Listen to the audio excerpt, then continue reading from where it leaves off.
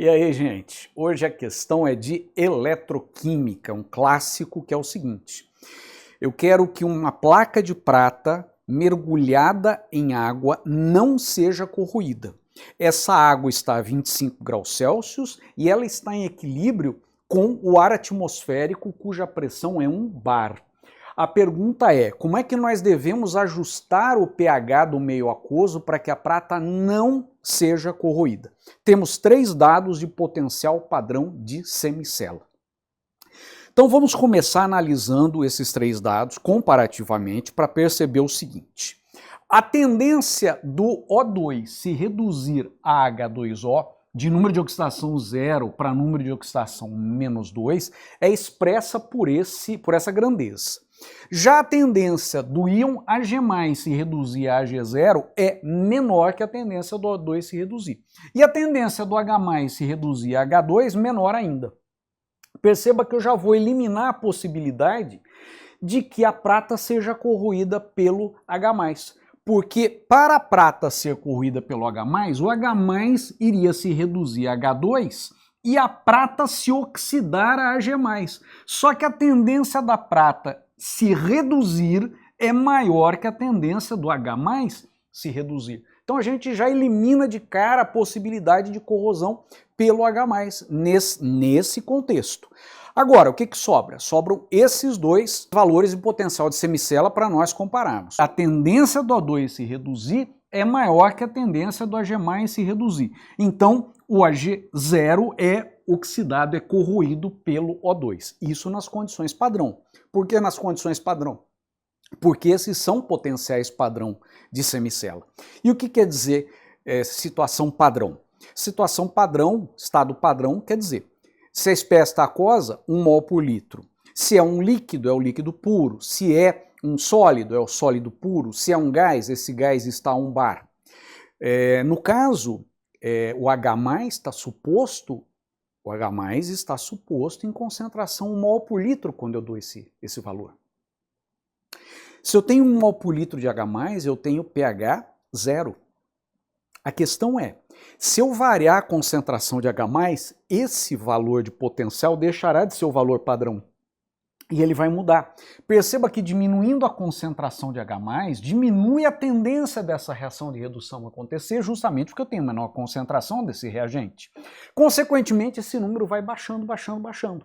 Então, à medida em que eu reduzo a acidez do meio, diminuindo a concentração de H+, esse valor baixa, baixa, baixa, até que eventualmente ele fique abaixo de 0,8. E aí, a prata terá uma tendência de ser preservada, porque o O2 terá uma tendência de reduzir menor que a da prata. Deixe-me explicar isso com outra estratégia didática para ficar mais claro. Vamos fazer um gráfico do potencial expresso em volts em função do pH. pH 0 aqui, pH 14 aqui. Aqui eu tenho a reta que mostra o potencial 0,80 volts, que é o dado referente à prata. O que isso significa? Se esse par de oxirredução ele estiver em condições de reagir com um outro que tenha um potencial de redução maior, esse outro par vai ter a redução acontecendo e nesse par vai ter a oxidação, a prata indo a Ag+. Por outro lado, se esse par de oxirredução tiver em contato com outro com potencial menor, o que vai acontecer? A tendência da prata vai ser se reduzir e esse outro par é onde vai acontecer a oxidação. Qual é o outro par envolvido? O outro par envolvido é O2 e água. Só que aqui eu coloquei interrogação pelo seguinte, será que esse potencial 1,23 que foi dado, ele não se altera em função do pH? Bom, previamente eu já fiz uma análise qualitativa e cheguei à conclusão que se nós diminuirmos a acidez, lembre-se que aumentar o pH é diminuir a acidez do meio, se nós diminuirmos a acidez, essa tendência da redução acontecer aqui diminui. E como é que a gente consegue então apagar isso aqui e colocar uma outra função nesse gráfico representativa adequadamente disso aqui? Nós vamos pensar na famosa equação de Nernst. Então eu parto deste dado e vou formular o potencial em condições não padrão usando a equação de Nernst. Aqui nós temos então o potencial em outras condições que não padrão é igual ao potencial nas condições padrão, menos uma parcela que modifica esse valor levando em conta outra situação que não o estado padrão. Aqui nós temos o 0,06, que na verdade é 0,059, né, que é arredondado, dividido pelo número de elétrons que aparece na semi-reação e o logaritmo decimal do quociente de reação. Esse quociente de reação, ele é uma divisão onde em cima nós colocamos as atividades dos produtos e embaixo as atividades dos reagentes, elevadas aos seus respectivos coeficientes estequiométricos. A atividade da água, que no caso é um solvente, essa atividade é unitária. A atividade do O2 é igual à pressão do gás O2. E a atividade do H+ é igual à sua concentração em mol por litro. Desenvolvendo isso, então, nós temos 1 no lugar da atividade da água, pressão parcial do gás O2 no lugar da atividade dele e a concentração de H+ no lugar da atividade do H+. Assim sendo, veja que eu desenvolvi aqui, onde eu peguei essa pressão, substituí por 0,20. Por quê? Porque no ar atmosférico nós temos aproximadamente 20% de O2. De fato, 0,21. Mas você vai perceber com o andamento aqui da minha resolução que não faz a menor diferença eu colocar 0,20, 0,21 diante dos significativos, do número de algarismos significativos que a gente está usando. Então o que eu fiz? Eu separei o logaritmo de 1 sobre P de O2 e separei, mantendo esse fator comum que está na frente, o logaritmo da concentração de H+, que estava no denominador elevado a quarta, agora está aqui elevado a -4. Bem, o que vai acontecer? Aqui 0,2 é 1/5, né? Então se eu colocar 1 sobre 5, isso aqui vai dar log de 5. E aqui, esse -4, usando propriedades dos logaritmos, vem para cá, o 4 cancela com o 4, e o menos que vai estar aqui na frente, menos log da concentração de H+, é pH. Então eu posso reescrever isso aqui dessa maneira.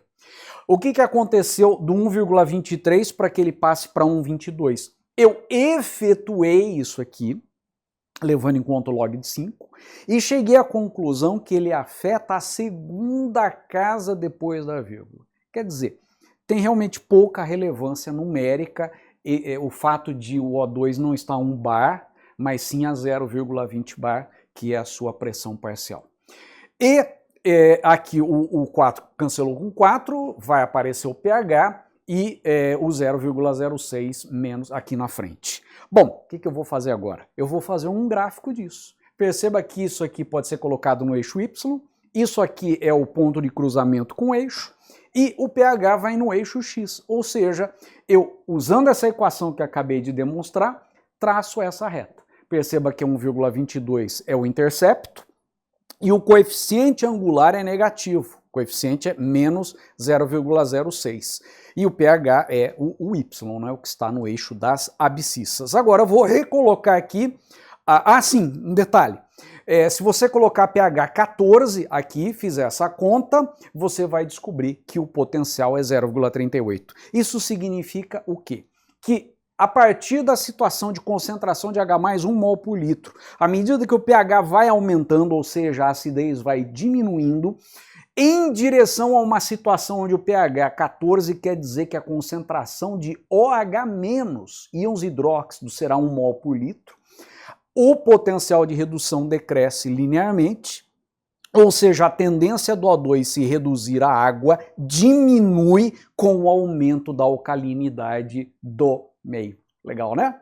Agora veja então, recolocando aqui a curva da prata, nós temos que há um ponto de cruzamento. O que significa isso? Que abaixo desse ponto, no pH abaixo desse aqui, nós temos a tendência do O2 se reduzir maior e ele vai conseguir corroer a prata, porque a prata vai se oxidar. Desse ponto para cá, a tendência do O2 se reduzir é menor que a da prata, consequentemente a prata se preserva, porque o O2 não é suficientemente oxidante para oxidar a prata. A pergunta é, qual é o valor desse pH? Porque o que eu desejo? Lembra da pergunta? Eu quero preservar a prata da corrosão. Para preservar a prata da corrosão, eu tenho que usar um pH superior a esse aqui, porque abaixo dele haverá corrosão da prata.